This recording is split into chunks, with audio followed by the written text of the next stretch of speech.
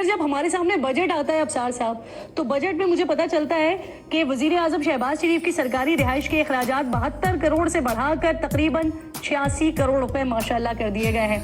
इसके बाद मुझे पता चलता है कि वजीर आजम हाउस की गाड़ियों के लिए माशाल्लाह 9 करोड़ रुपए मुख्तस किए गए हैं। फिर मुझे पता चलता है कि वजीर आजम हाउस की डिस्पेंसरी के लिए 1 करोड़ 44 लाख रुपए रखे गए।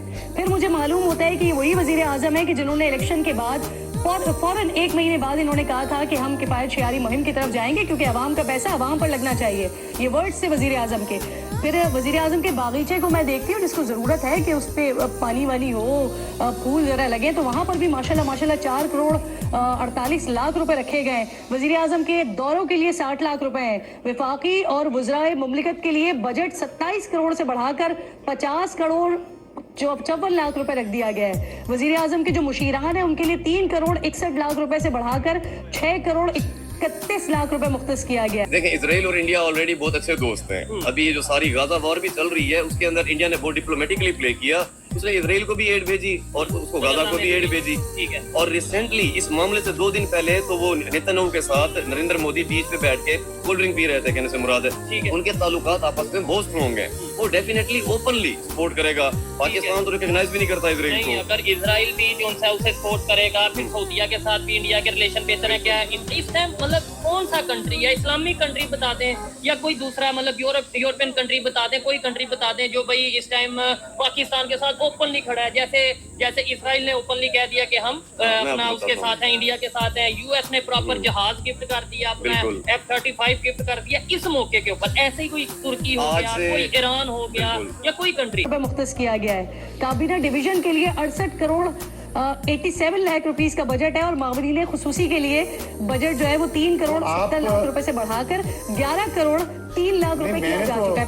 फिर मैं सोच रही थी कि जाहिर सी बात है जब अफसार साहब हमारे पास इतना कुछ है, जो किफायत शियारी चल रही है, वजीर आजम साहब किफायत शियारी की बात कर रहे हैं, तो जब वजीर आजम हाउस पर वज़रा पर लगाने के लिए इतना कुछ है तो अवाम के लिए भी डेफिनेटली कुछ होगा और मुझे मिलेगा इस बजट में। फिर मुझे पता चलता है कि कार्बन के नाम पर जो है ना एक और चूना जो है वो पेट्रोल के ऊपर लगाया जा रहा है सर, कार्बन का।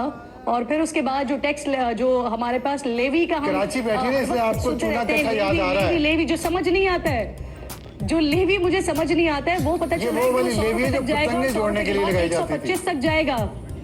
और उसके बाद सर ये प्राइस अगर इंटरनेशनली राइज करती है, बढ़ती है, जो कि नैरेटिव इंडिया ने सक्सेसफुली बिल्ड किया है कि वो पाकिस्तान की तरफ से हुआ है। ठीक है। इस वजह से पाकिस्तान को सपोर्ट नहीं की जाएगी। ठीक है। अच्छा, ये भी कहा जा रहा है पाकिस्तान के मीडिया पे, इंडिया के भी मीडिया पे ये सामने चीजें आ रही हैं कि इसराइल का भी एक सिटीजन था जो कश्मीर में अपना टूरिज्म के हवाले से आया था, उसकी भी जान गई है, वो भी मरा है। इसराइली भी एक इंडिया के इस अटैक में मरा है। तो क्या इसराइल भी अपना जो था वो कम करने के लिए इंडिया को सपोर्ट करेगा अगर जंग होती है? होशियार, खबरदार, हुकूमत का नए टैक्स लगाने का इंदिया। टैक्स कवानीन पर अमल दरामद ना हुआ तो 400 से 500 अरब रुपए के इजाफी टैक्स लगाना मजबूरी होगी।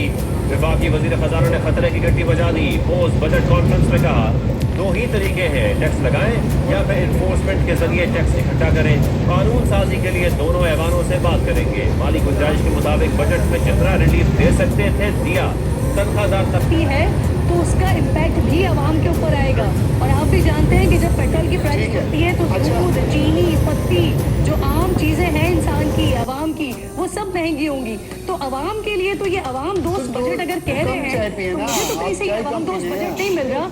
सिर्फ अफसार साहब मुझे, वैसे आप जानते हैं मैं चाय नहीं पीती, मैं कॉफी पीती हूँ, मुझे चीनी की जरूरत ही नहीं है, लेकिन हमारी आवाम चाय शौक से यार मिडिल क्लास है ना, आप अपर मिडिल क्लास है ना, आपको तो परवाही कोई नहीं है। आपके तो उन्होंने 1% आपको राय दे दी है, पर ये बताइएगा अपर मिडिल क्लास से आपका ताल्लुक है?